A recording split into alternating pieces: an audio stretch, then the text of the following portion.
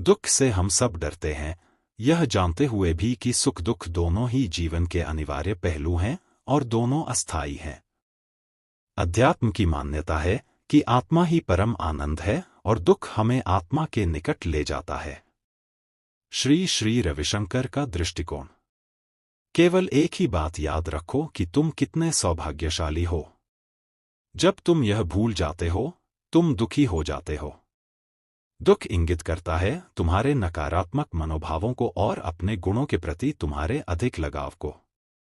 जब तुम अपने को बहुत योग्य समझते हो, तब संसार को दोषी ठहराने लगते हो और दुखी हो जाते हो। दुख का उद्देश्य है तुम्हारी आत्मा के पास वापस लाना। आत्मा आनंदमय है, परंतु यह अनुभूति केवल ज्ञान के द्वारा संभव है। ज्ञान दुख को आत्मा की ओर ले जाता है। ज्ञान का अभाव उसी दुख को कई गुना बढ़ा देता है। उस दुख का कभी अंत नहीं होता है। ज्ञान दुख को समाप्त करता है। ज्ञान के प्रकाश से तुम दुख से परे हो जाते हो। इस पथ पर तुम्हें सब कुछ मिलता है।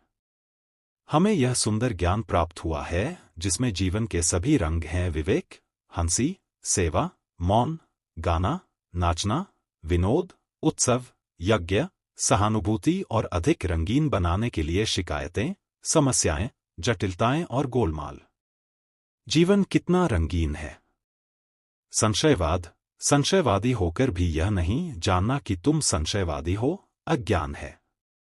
यदि तुम सोचते हो कि तुम संशयवादी हो, तब तुम संशयवादी नहीं रह जाते, क्योंकि तुम्हें कुछ आभास है कि इसके परे भी कुछ है। इसलिए तुम वास्तव में कभी भी यह नहीं जान सकते कि तुम संशयवादी हो या नहीं। संशयवादी एक भंवर में, एक विशेष सोच में फंसा है और अन्य किसी संभावना को स्वीकार नहीं करता। लेकिन इस सृष्टि में अनंत संभावनाएं हैं। जैसे जैसे यह समझ आती है, सोचने के ढंग में परिवर्तन आ जाता है और संशय दूर होता है। एक सच्चा वैज्ञानिक कभी संशयवादी हो ही नहीं सकता, क्योंकि संशयवाद संभावनाओं को समाप्त कर देता है और सृष्टि के अज्ञात क्षेत्रों की खोज जारी नहीं रहने देता।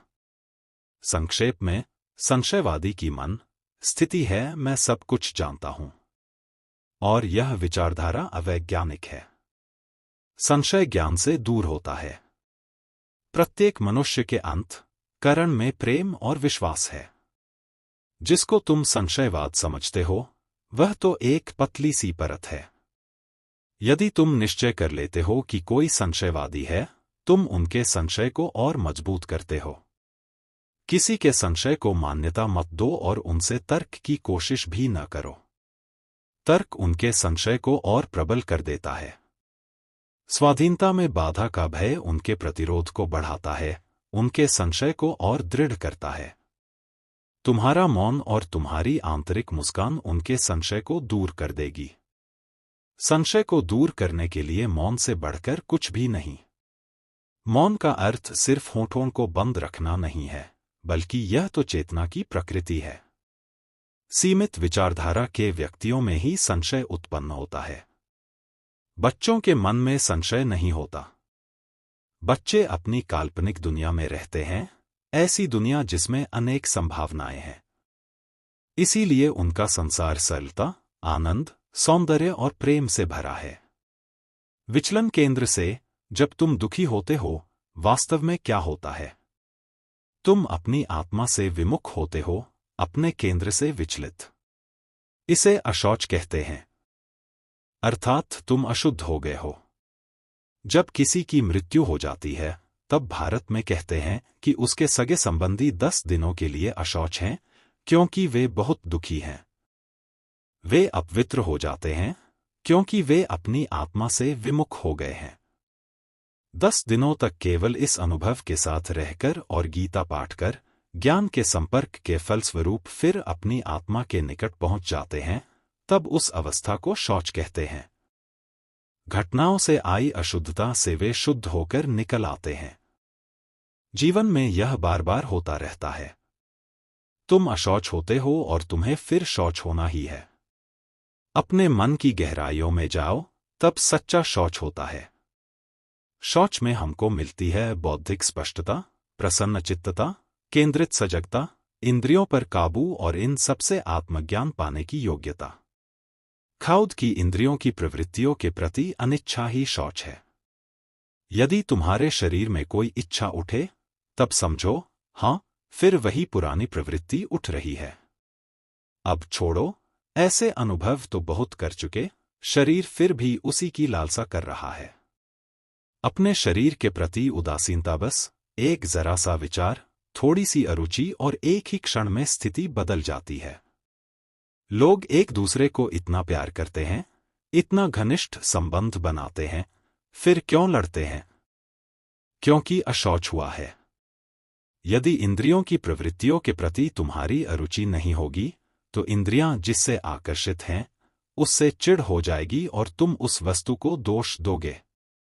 जब भी अशौच हो, जल्दी से वापस शौच में आ जाओ।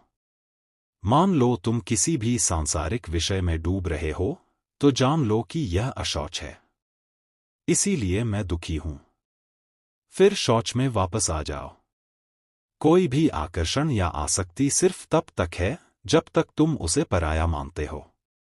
पर जब तुम सोचते हो कि वे तुम्हारे ही अंग हैं, तब वह आकर्षण समाप्त हो जाता है। यही कारण है कि पति पत्नी एक दूसरे के प्रति उतना आकर्षित नहीं होते जितना दूसरों के प्रति, क्योंकि वे तो पहले से ही एक दूसरे के हो चुके हैं। जब तुम यह समझ जाते हो कि सभी तुम्हारी ही चेतना के अंश हैं, तब बिना किसी आसक्ति की भावना के तुम पूरी सृष्टि का आनंद लेते हो। नीरसता और साधना। नीरसता क्या है? बिना रुचि या प्रेम के किसी भी विषय को यदि बार बार दोहराया जाए तो मन उगता जाता है। यही नीरसता है, ऊब है। नीरसता की परत आत्मा को ढक देती है। आध्यात्मिक क्रिया, साधना को भी बार बार दोहराते हैं, अभ्यास करते हैं, जिसका उद्देश्य है इस नीरसता को दूर करना और फिर से आत्मा के साथ जुड़ जाना। अभ्यास अपने आप में नीरसता लाता है, परंतु लगातार अभ्यास नीरसता को पार कर उसे हमेशा के लिए समाप्त कर देता है।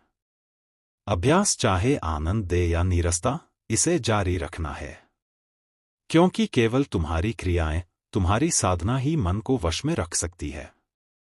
आत्मा प्रेम है और प्रेम में हमेशा पुनरावृत्ति होती रहती है। यही कारण है कि प्रेम पत्र में एक ही बात दोहराते रहने पर भी वहां नीरसता नहीं होती।